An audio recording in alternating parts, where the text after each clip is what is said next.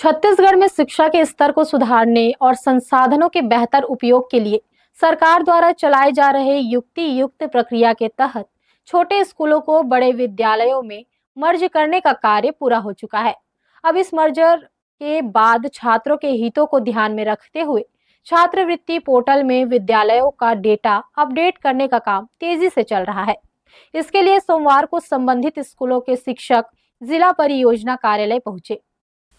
राज्य सरकार के निर्देशानुसार शिक्षा विभाग द्वारा युक्तियुक्त प्रक्रिया के तहत जिले के कई छोटे विद्यालयों को पास के बड़े विद्यालयों में मर्ज कर दिया गया था। अब इस मर्जर के बाद सबसे बड़ी चुनौती इन विद्यालयों के छात्रों की छात्रवृत्ति सुनिश्चित करना था। मर्ज किए गए विद्यालयों के छात्रों को छात्रवृत्ति का लाभ लगातार मिलता रहे, इसके लिए छात्रवृत्ति पोर्टल में संबंधित स्कूलों की जानकारी अपडेट करना अनिवार्य हो गया था।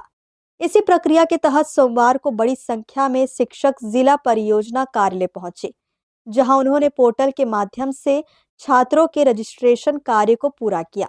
जिला परियोजना कार्यालय द्वारा जारी आंकड़ों के मुताबिक इस श्रेणी में कुल 481 विद्यालय शामिल है, जिनका डेटा पोर्टल में अपडेट होना है।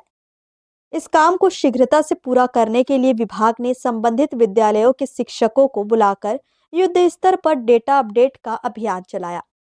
डीपीआई के द्वारा युक्तियुक्तिकरण में बहुत सारे विद्यालयों को उच्च विद्यालय में मर्ज किया गया था, जिसके कारण हमारे छात्रवृत्ति पोर्टल में उन विद्यालयों को हम लोगों को भी मर्ज करना है।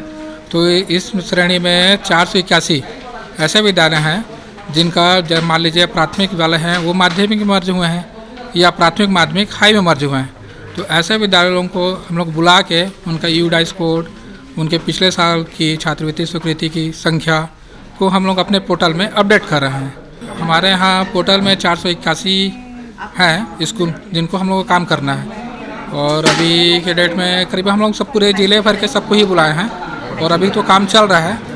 अभी वर्तमान में करीब हम 110 या 115 के आसपास काम हो चुका है, बाकी को शाम तक में करने का है। हाँ, एक ही दिन का है, एक ही दिन आएंगे, वो जानकारी हमारे पास जमा कर देंगे, उसके बाद वो चले जाएंगे।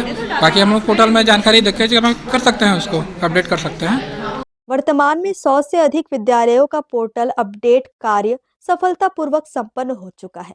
विभाग यह भी सुनिश्चित कर रहा है कि इस प्रक्रिया में देरी के कारण किसी भी छात्र को छात्रवृत्ति से वंचित न होना पड़े। हर्ष न्यूज के लिए श्याम देवकर की रिपोर्ट।